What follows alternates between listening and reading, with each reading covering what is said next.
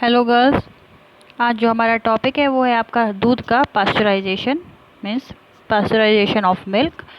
तो पास्चराइजेशन होता क्या है कि किसी भी चीज़ को अगर हम 100 डिग्री सेंटीग्रेड से कम गर्म करते हैं या उबालते हैं तो उसे हम क्या कहते हैं, पास्चराइजेशन कहते हैं। जैसे आपका दूध है, दूध को भी जो है 100 डिग्री सेंटीग्रेड से कम तापमान पर उबाला जाता है या फिर गर्म किया जाता है।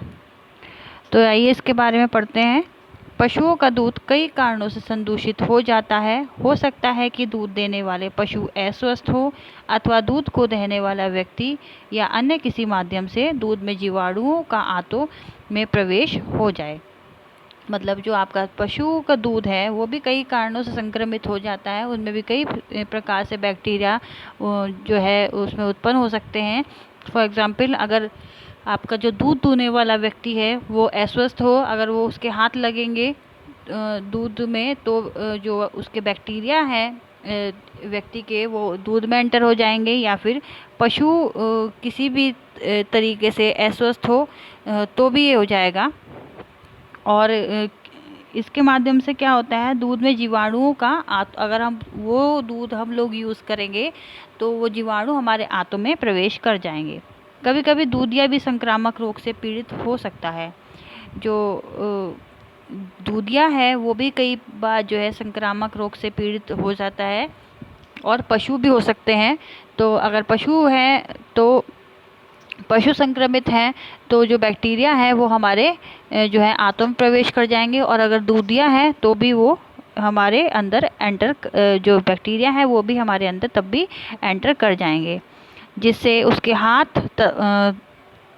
हाथों तथा जो है हाथों से ही गर्ल्स, यहाँ पे ये हाथों के बाद जो है मिस्टेक हो गया है, यहाँ पे कुछ नहीं है।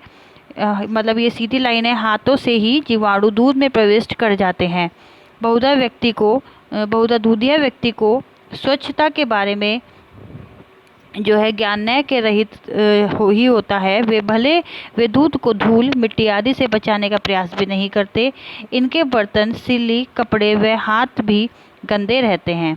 जो दूधिया हैं उन लोगों को ये सब बातों का ज्ञान नहीं होता है, तो वो क्या करते हैं, कभी कभी जो उनके गंदे हाथ होते हैं, फॉर एग्ज़ाम्पल वो टॉयलेट के लिए जा रहे हैं तो वो हाथ नहीं धोते हैं, आके सीधे दूध दूने लग जाते हैं, या फिर झाड़ू लगाई उन्होंने, जो जानवर होते हैं उनके आसपास की सफाई करी और बिना हाथ धोए वो दूध निकालने लग गए। तो इससे क्या होता है, जो बैक्टीरिया होते हैं वो दूध में एंटर कर जाते हैं, और उनके बर्तन भी गंदे होते हैं, और जो सिल्ली है जहाँ पे वो दूध रखते हैं वहाँ का भी स्थान गंदा रहता है। फिर है आपका गस, इसमें पास्चराइजेशन की विधि द्वारा दूध में उपस्थित बैक्टीरिया को नष्ट करके दूध को संदूषित होने से बचाया जाता है।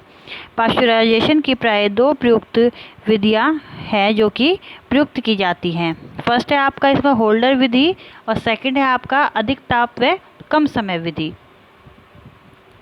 तो होल्डर विधि में क्या होता है, होल्डर विधि में दूध को 63 से 66 डिग्री सेंटीग्रेड पर लगभग आधा घंटे के लिए गर्म करते हैं। जो आपका होल्डर विधि है उसमें दूध को 63 टू 66 डिग्री सेंटीग्रेड पर आधा घंटे के लिए गर्म करते हैं। तत्पश्चात शीघ्र से ताप जो है 11 डिग्री सेंटीग्रेड कम किया जाता है, मतलब उसको शीघ्रता से इसको ठंडा करते हैं। तो फिर अधिक ताप व कम समय विधि में दूध को अधिक तापक्रम पर लगभग 72 डिग्री सेंटीग्रेड पर सिर्फ 15 सेकंड के लिए गर्म करते हैं। और फिर क्या है, जो अधिक ताप व कम समय, मतलब अधिक ताप कितना लेते हैं, वो 72 डिग्री सेंटीग्रेड लेते हैं, लेकिन वो कम समय के लिए करते हैं, यानी 15 सेकंड के लिए ही गर्म करते हैं, और तुरंत ही दूसरे क्षण जो है उसका ताप जो है 11 डिग्री सेंटीग्रेड या फिर 50 डिग्री फ़ारेनहाइट तक कर लेते हैं।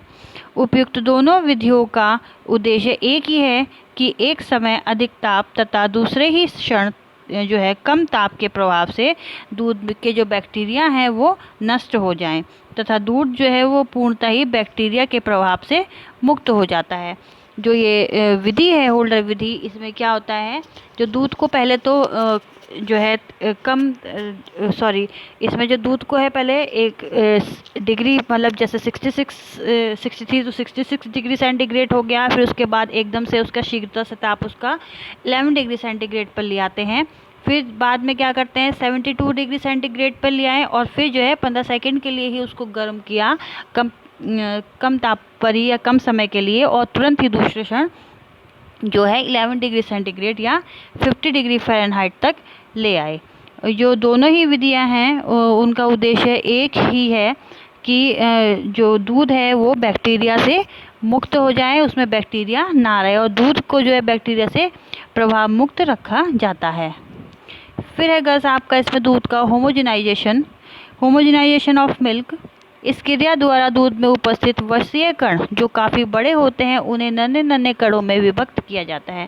इस विधि में क्या होता है, जो दूध के फैट है दूध में वसीय कण हैं उन्हें जो है क्या कर देते हैं, जो काफ़ी बड़े मात्रा में होते हैं उन्हें जो होमोजेनाइजेशन है उसमें उन कणों को तोड़ दिया जाता है, बहुत ही छोटे छोटे कणों में डिवाइड कर दिया जाता है, जिससे कि क्या होता है, उनका पाचन व अवशोषण शीघ्रता से ही हो जाता है।